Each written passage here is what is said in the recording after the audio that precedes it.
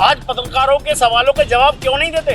आज चुनिंदा पत्रकारों के जो कि खरीदे हुए हैं, जो ये पूछते हैं कि आम कैसे खाते हैं आप चूस के काट के। अगर प्रधानमंत्री जी इतने बड़े नेता हैं तो मामूली सा कार्यकर्ता सिर्फ उनसे 5 सवाल पूछूंगा, मेरे 5 सवालों का जवाब दे दें, मैं मान लूंगा कि वो हमारे देश के प्रधानमंत्री ऐसे हैं। जहां जा रहा वहां डंडे से पिट रहा, आओ और डंडा खाओ।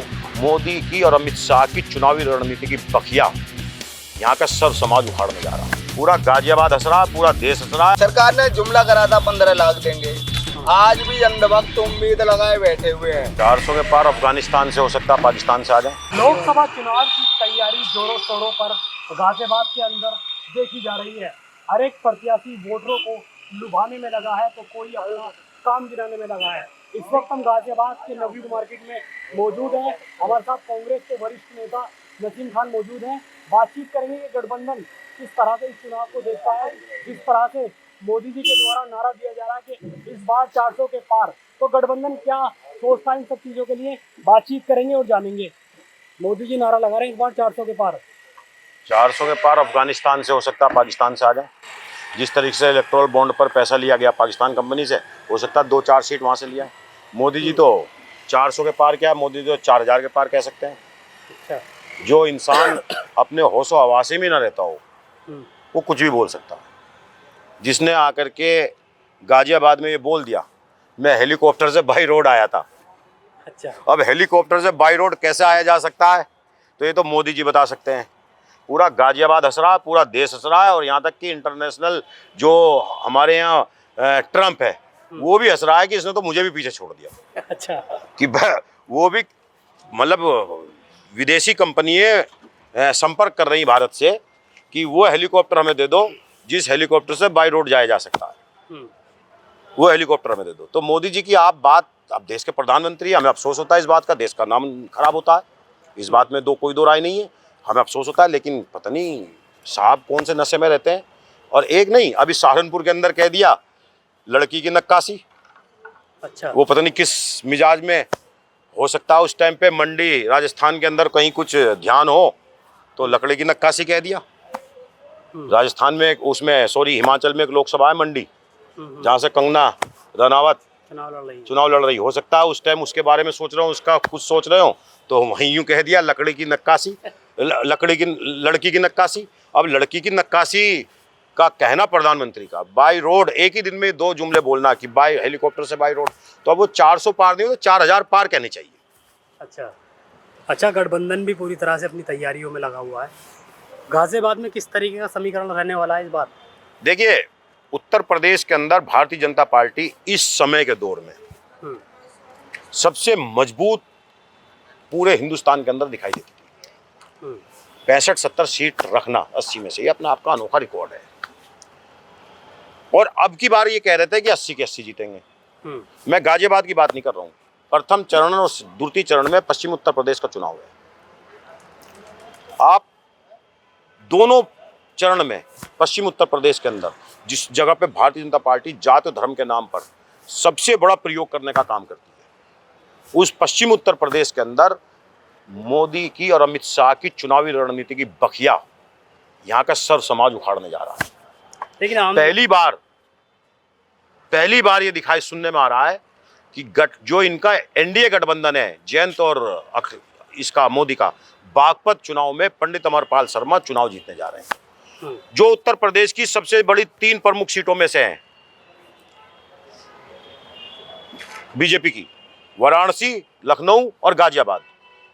गाजियाबाद सबसे बड़ा गढ़, उस गाजियाबाद के अंदर से अतुल गर्ग सबसे कमजोर प्रत्याशी साबित हो रहे हैं। ये बात सामने आ रही, डोली शर्मा चुनाव यहाँ जीतने जा रही है, जो गाजियाबाद की बात आप पूछ रहे हो। और चुनाव जीते क्यों ना, जिस आदमी ने कोरोना काल के अंदर स्वास्थ्य मंत्री रहते हुए अपने दरवाजे बंद कर लिए हो, अपना मोबाइल बंद कर लिया हो,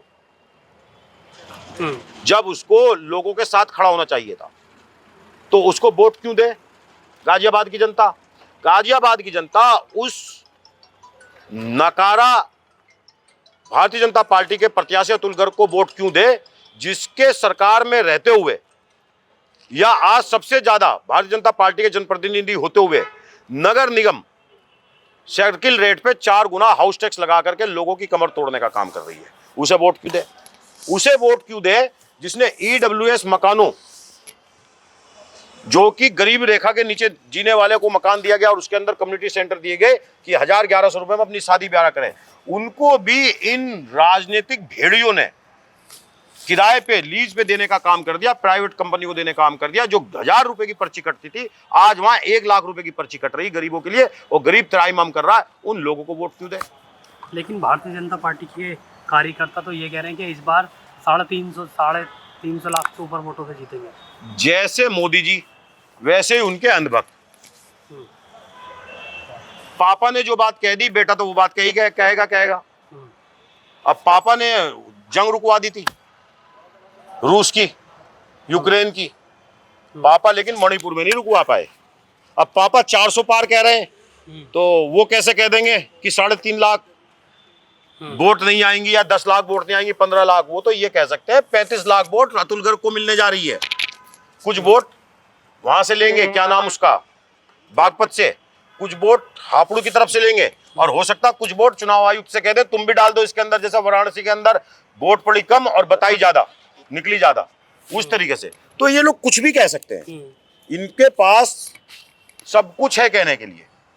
नशे में रहने वाला आदमी कुछ भी कह सकता है, कुछ भी बोल सकता है। मतलब प्रधानमंत्री जी नशे में रहते हैं?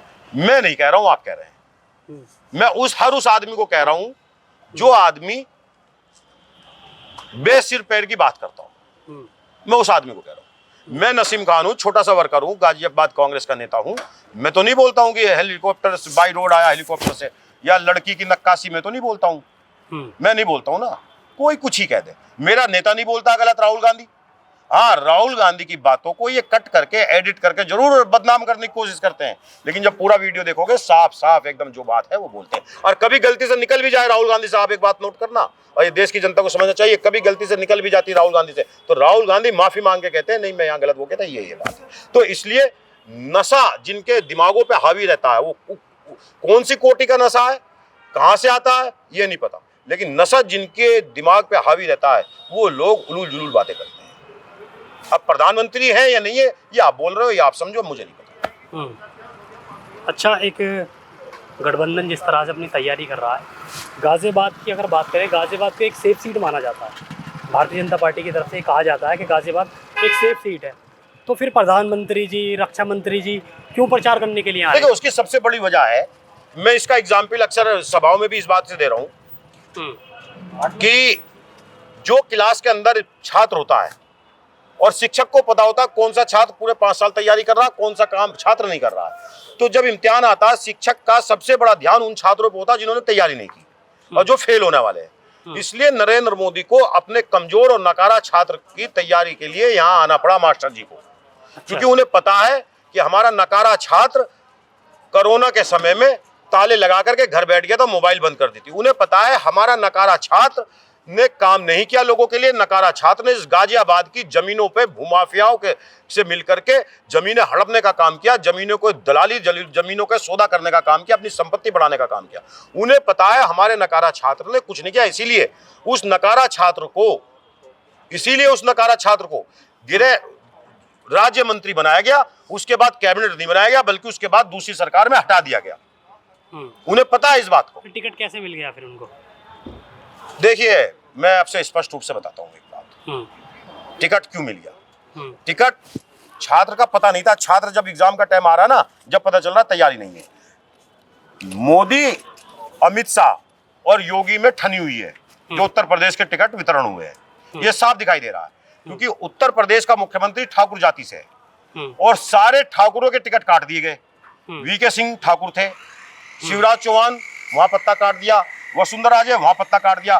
ठाकुर लोबी को अमित शाह को प्रधानमंत्री बनाने के लिए रास्ते से हटाया जा रहा है और इस बात को ठाकुर समाज समझ रहा है। और इसीलिए सहारनपुर के अंदर ठाकुर समाज ने बहुत बड़ी मीटिंग का आयोजन करा, विरोध दर्ज कराया। आज सारा का सारा समाज, चाहे हिंदू हो चाहे मुसलमान हो, सब गठबंधन प्रत्याशी डोली शर्मा के फेवर में लामबंद हो रहा है, ये स्पष्ट दिख रहा है। और इनका नकारा छात्र जहां जा रहा वहां डंडे से पिट रहा, आओ और डंडा खाओ। मैं नहीं कह रहा हूं, आप मेरे पर आरोप मत लगा देना, मैं नहीं कह रहा हूं। ये आपके यूट्यूब चैनलों ने हमें वहां दिखाया है, जब ये धुलाना गए इनका अध्यक्ष और इनका नकारा उम्मीदवार वहां पिटने से बचे हैं और बाकायदा दिखाया गया वीडियो में। ये मैं नहीं कह रहा हूं। और बहुत सारी जगह हमारे अंदर उत्साह इसलिए भरा पड़ा है कि जब हम पर्चे बांटने जा रहे हैं, डोर टू डोर कैंपेन कर रहे हैं, तो हमारे राहुल गांधी के लिए और उम्मीदवार डोली शर्मा के लिए लोगों में प्यार उमड़ रहा है। लोग एक्सेप्ट कर रहे हैं और ये कह रहे हैं स्टिकर हमारे लगाओ, पर्चे हमें दो और हम वोट खुद मांगेंगे। तो ये उत्साह गठबंधन के नेताओं के अंदर है। और एनडीए जो देश विरोधी गठबंधन है नरेंद्र मोदी का, जिसने पाकिस्तान की कंपनी से पैसा लिया, जिसने बीफ कंपनी से पैसा लिया, जिसने पेटीएम से पैसा लिया, जिसने उन कंपनियों से पैसा लिया जिन पे ईडी सीबीआई के छापे पड़े हुए थे, उनसे पैसा लिया, तो उनको लेकर के उदासीनता है, नीरसता है। उनके यहाँ खेमे में कोई हलचल नहीं है, हमारे खेमे में बहुत बड़ा उत्साह है। देखो ये लड़के तैयार हैं डोर टू डोर करने के, ये सुबह ही निकल जाते हैं, उनके यहाँ कुछ नहीं, उन्हें खरीद करके लोग लगाने पड़े। सभा चुनाव की तैयारी लगातार हर एक पार्टी कर रही है, किस तरह से देखते हैं क्या गठबंधन का रहने वाला है इस बार? इस बार गठबंधन अपनी सरकार बनाएगा। इंडिया गठबंधन की सरकार बनने जा रही है। यहाँ युवाओं में, बुजुर्गों में, महिलाओं में एक नया उत्साह देखने के लिए मिल रहा है, क्योंकि यहाँ पे मोदी जी ने 10 साल होने जा रहे हैं उनको, उनके जुमले एक तरीके से खोखले साबित हुए। चाहे 2 करोड़ रोजगार को ले लो, महिलाओं की सुरक्षा को ले लो, बच्चों के एग्जाम का जो पेपर लीक होता है उसको ले लो, या अन्य किसी भी व्यापारी की समस्या ले लो, या महंगाई को ले लो। जहाँ 450 500 रुपये में सिलेंडर मिलता था, आज वो 1200 रुपये का सिलेंडर है। जो डीजल हमें 70 रुपये में मिलता था वो 110 रुपये मिल रहा है। पेट्रोल का देख लो, दाल का देख लो, तेल चीनी का देख लो। इसलिए हर व्यापारी तबका हो, गरीब हो, महिला हो, सब त्रस्त है। लेकिन वोट तो लोग वहीं डाल रहे हैं ना फिर भी। नहीं, वोट कुछ लोग डाल रहे हैं, कुछ लोगों को बहकाया जा रहा है। बहकाया इसलिए जा रहा है कि 2 करोड़ रोजगार हम देंगे, उस टाइम पर नहीं दे पाए, अब का दे देंगे। कभी कभी हिंदू मुस्लिम करके राम मंदिर को हम ऐसा कर देंगे, ये कर देंगे। देखो, राम मंदिर आस्था का विषय है, उसमें राजनीतिक नहीं होनी चाहिए। हम हिंदू हैं, भाई मुस्लिम है, अपने धर्म का अधिकार है। कौन पूजा कर रहा है, कौन नमाज पढ़ रहा है, कौन टोपी लगा रहा है, कौन पट्टा डाल रहा है, इसमें किसी को कोई भेदभाव नहीं करना चाहिए। मेरी हंडिया में क्या पकेगा ये सरकार को डिसाइड नहीं करना चाहिए, ये हम लोगों को डिसाइड करना चाहिए हम क्या खा सकते हैं। इसी तरह देखो, हिंदू मुस्लिम करके ये वोट इधर उधर करना चाह रहे हैं। हम तो कहते हैं जो तुमने वादे किए थे अब से 10 साल पहले, उसमें से 4 वादे अगर जनता के सामने लेके जाओ, हो सकता है भाजपा के कैंडिडेट का पिटने का काम हो जाएगा। क्योंकि कोई भी काम ऐसा नहीं करा उन्होंने कि जिसपे एक बार भी वो ये बोल दे कि हमने इस काम को हम खड़े उतरे हैं। कैसे नारा लगा रहे हो 400 पार का? 400 पार तो कुछ भी बोल सकते हैं, वो हर जगह का रिकॉर्ड उठा के देख राज्यों में सरकार नहीं है, एक कैंडिडेट नहीं मिलेगा 5 राज्यों में। 400 पार कहाँ से हो जाएंगे? केरल हो गया, मणिपुर हो गया, पंजाब हो गया, आपका तमिलनाडु हो गया, और तुम्हारा तेलंगाना हो गया। ये इस जगह आपने देखा एक कैंडिडेट नहीं है इनके पास। क्यों? मुंह दिखाने लायक नहीं रहे। अब 2 करोड़ रोजगार देंगे, 35 रुपए डीजल पेट्रोल देंगे, ये सब जुमला है, जनता समझ चुकी है। अब की बार कांग्रेस सरकार, इंडिया गठबंधन जीतेगा, क्योंकि लोगों में उत्साह देखने को मिल रहा है। युवाओं ने खाना है, अब की बार कांग्रेस को लाना है, क्योंकि कांग्रेस का दिया हुआ है। हम पढ़े लिखे हैं कांग्रेस के जमाने में। आज में स्कूलों में जाते हैं, कॉलेजों में जाते हैं, जहाँ गवर्नमेंट टीचरों की जरूरत है, जहाँ 10 की, वहाँ कितने हैं? 2-3, और उन्हें भी बाहर का काम दे दिया जाता है। लो इनका सर्वे करो, ये काम करो। मैं खुद जाता हूँ स्कूलों में जाके, छात्र संगठन का अध्यक्ष हूँ। तो इसको लेकर के देखो, कहीं भी देखो 10 की चीज 20 में हो गई। सरकार ने जुमला करा था 15 लाख देंगे, आज भी अंधभक्त उम्मीद लगाए बैठे हुए हैं। 15 लाख आएंगे, 15 लाख आएंगे, थाली बजवा दी है, सब कुछ करवा दिया, ताली बजवा दी, मोमबत्ती कैंडल जलवा दिए, बम पटाखे फोड़वा दिए। लेकिन इसका क्या नतीजा निकला?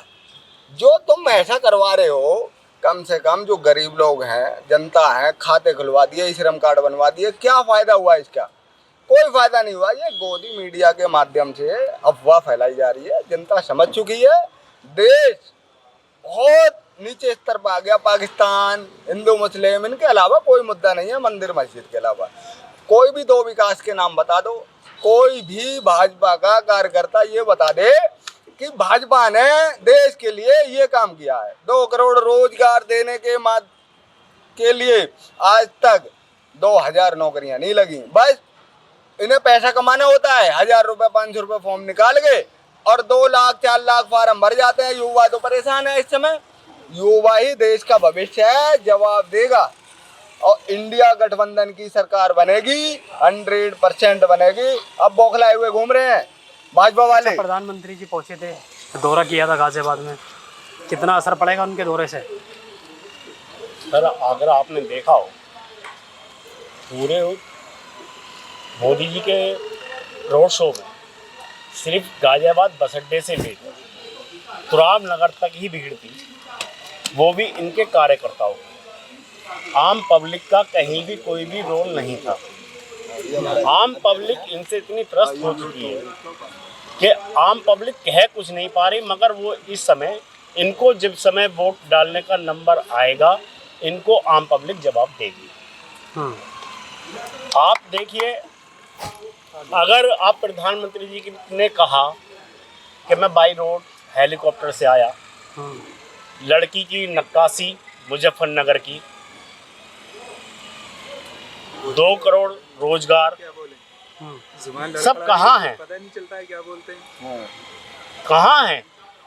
भाइयों और बहनों मुझे 50 दिन दीजिए, भाइयों बहनों मुझे 100 दिन दीजिए, वरना आप मुझे जिस चौराहे पे बुलाएंगे मैं आऊँगा।